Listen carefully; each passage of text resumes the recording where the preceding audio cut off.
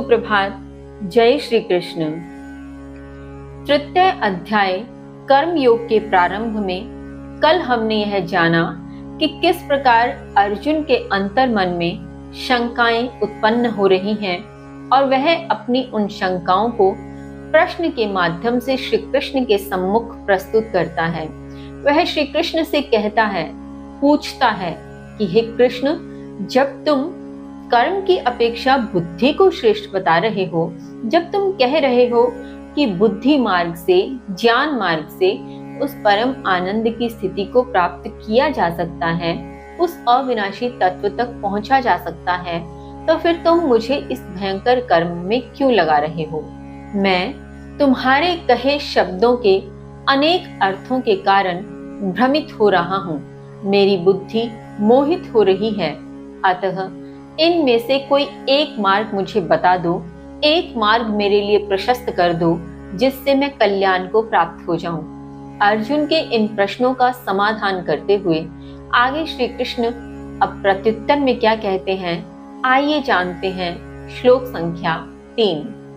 लोकेस्मिन् द्विविधा निष्ठा पुरा प्रोक्ता मया नघ, ज्ञानयोगेन सांख्यानां कर्मयोगेन योगिनां, कर्मयोगेन योगिनां।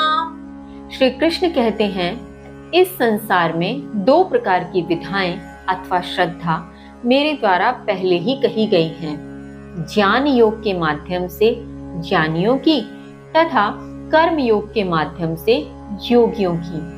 भावार्थ, यहाँ श्री कृष्ण अर्जुन को कह रहे हैं कि हे अर्जुन, यदि तुमने ठीक से समझने का प्रयत्न किया हो, यदि तुमने मेरे कहे शब्दों का ठीक अर्थ निकाला हो, तो मैंने पहले भी तुम्हें दो प्रकार की विधाएं समझाने का प्रयत्न किया। पहली, ज्ञान योग के माध्यम से ज्ञानियों की। ज्ञान अर्थात ज्ञान, सही उच्चारण ज्ञान होता है, इसलिए मेरे द्वारा इसे ज्ञान उच्चारित किया जा रहा है। खैर, ज्ञान योग के माध्यम से ज्ञानियों की, यानी कोई यदि ज्ञानी है, मुनि है, तो वह अपने ज्ञान में वृद्धि करते हुए, अपने उस ज्ञान के संपर्क में रहते हुए ज्ञान मार्ग के माध्यम से मुझ तक अर्थात परम आनंद की स्थिति तक पहुंच सकता है। और यदि कोई कर्म योगी है, तो वह अपने कर्म का पूर्ण निष्ठा से पालन करते हुए उस मार्ग के माध्यम से मुझ तक पहुंच सकता है। और मैं तुम्हें यही समझाने का प्रयत्न कर रहा था कि तुम कर्म योगी हो, क्योंकि तुम क्षत्रिय हो, और क्षत्रिय होने के नाते तुम्हारा कर्म है युद्ध करना। तुम युद्ध भूमि में उतर चुके हो, युद्ध का बिगुल बजाया जा चुका है, और इस स्थिति में तुम्हारा पीछे हटना तुम्हारे कर्म के लिए श्रेयस्कर नहीं है। और ऐसे में यदि तुम अपने कर्म से पीछे हटते हो, तो तुम उस अविनाशी तत्व को, उस परम आनंद की स्थिति को प्राप्त नहीं कर सकते। अतः मैंने यही दो विधाएं समझाने का प्रयत्न किया, कर्म योग योगियों के लिए और ज्ञान योग ज्ञानियों के लिए। यहाँ एक अन्य बिंदु पर चर्चा कर लेना भी आवश्यक है, क्योंकि जब हम श्रीमद् भगवद गीता की अनेक व्याख्याएं सुनते और पढ़ते हैं, तो अधिकांश स्थानों पर कर्म योग को भक्ति योग के नाम से संबोधित किया गया है। जैसे हमने इस श्लोक के माध्यम से समझने का प्रयत्न किया कि ज्ञान योग के माध्यम से ज्ञानी और कर्म योग के माध्यम से योगी उस स्थिति को प्राप्त कर सकते हैं, तो अधिकांश व्याख्याओं में इसे इस प्रकार लिखा जाता है या व्याख्या की जाती है कि ज्ञान योग के माध्यम से ज्ञानी और भक्ति योग के माध्यम से भक्त उस स्थिति को प्राप्त कर सकता है। तो हम उस अर्थ को भी समझ लेते हैं। भक्ति मार्ग की ओर प्रेरित हैं, उस परमात्मा के प्रति श्रद्धा से परिपूर्ण हैं, वे भक्ति मार्ग पर चलते हुए भी उस परम तत्व को, उस परम आनंद को प्राप्त कर सकते हैं, परमात्मा में स्वयं को लीन कर सकते हैं। बस शर्त यही होगी कि उन्हें अपने मन के भीतर किसी प्रकार की शंका को नहीं पनपने देना है। अक्सर होता है जब हम भक्ति मार्ग पर चलते हैं तो अनेक शंकाएं हमें घेर लेती हैं कि हमने ईश्वर की इतनी भक्ति की, हम इतने समय से उन्हें मानते हैं, इतना हम उन्हें पूजते हैं, फिर भी वे हमारी सुनते नहीं, या फिर भी वे हमें दुख देते हैं, वे हैं अथवा नहीं। अनेक प्रकार की शंकाएं समय समय पर हमारे मन के भीतर आती रहती हैं। तो श्री कृष्ण यहाँ यह भी स्पष्ट कर रहे हैं कि भक्ति मार्ग पर यदि चलना है तब भी शंका से रहित, किसी भी प्रकार से हमें शंका को अपने भीतर स्थान नहीं देना है और पूर्ण रूप से निष्ठा रखते हुए भक्ति मार्ग पर कार्य करना है। तो बात यहाँ पूर्ण निष्ठा की ही है।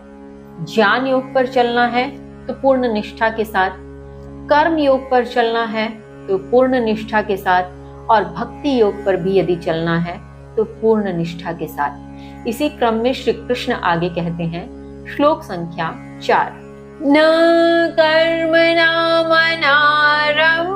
निष्कर्म्यं पुरुषो अश्नुते, न च संन्यसनादेव सिद्धिं समधिगच्छति।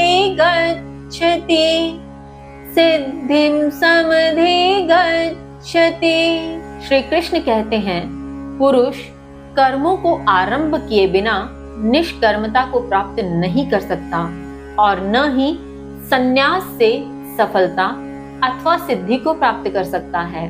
भावार्थ, यहाँ श्री कृष्ण कर्म योगी के विषय में बात करते हुए कहते हैं कि हे अर्जुन, एक कर्म योगी के लिए सबसे श्रेष्ठ साधन है कि वह अपने कर्मों का पूर्ण निष्ठा से पालन करते हुए उन दायित्वों से मुक्त हो, तभी वह निष्कर्मता को प्राप्त हो सकेगा, तभी वह कर्म चक्र के बंधन से मुक्त हो सकेगा। किंतु कर्मों को आरंभ किए बिना यदि वह कर्म चक्र से मुक्त होना चाहे तो वह नहीं हो सकता। वह किसी भी प्रकार से उस स्थिति को प्राप्त नहीं कर सकता यदि उसने अपने कर्मों को आरंभ ही नहीं किया है। यदि वह कर्मों को आरंभ किए बिना त्याग के माध्यम से, संन्यास के माध्यम से उस सफलता को पाना चाहता है, उस सिद्धि को प्राप्त करना चाहता है, तो यह कतई संभव नहीं है। एक कर्म योगी अपने कर्म के मार्ग से होते हुए ही उस सफलता, उस सिद्धि, उस तत्व को प्राप्त कर सकता है, उस परम आनंद की स्थिति को प्राप्त कर सकता है, कर्म चक्र के बंधन से मुक्त हो सकता है। अतः यदि अर्जुन तुम यहाँ ये कहते हो कि कर्म से श्रेष्ठ बुद्धि है और फिर मैं तुम्हें कर्म करने के लिए मना कर दूं, तुम कर्म को त्याग कर बुद्धि मार्ग से यदि उस रास्ते को अपनाना चाहो तो यह तुम्हारे लिए श्रेयस्कर नहीं है, क्योंकि तुम एक कर्म योगी हो और कर्म योगियों का मार्ग कर्म से होकर ही गुजरता है। कर्म योगियों को कर्म के रास्ते से ही उस मार्ग को प्राप्त करना होता है।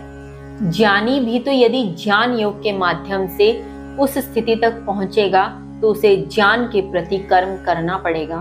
भक्ति योग के माध्यम से यदि भक्त भी वहां तक पहुंचेगा तो उसे भक्ति का कर्म करना पड़ेगा। तो तुम्हें यह समझना आवश्यक है कि तुम्हारा कर्म क्या है और उस कर्म के माध्यम से होते हुए ही तुम उस स्थिति को प्राप्त कर सकते हो। तुम कर्म का त्याग नहीं कर सकते और कर्म का त्याग कर तुम उस स्थिति को प्राप्त नहीं कर सकते। अतः इस श्रृंखला में आगे श्री कृष्ण क्या समझाते हैं जानेंगे कल। तब तक के लिए जय श्री कृष्ण।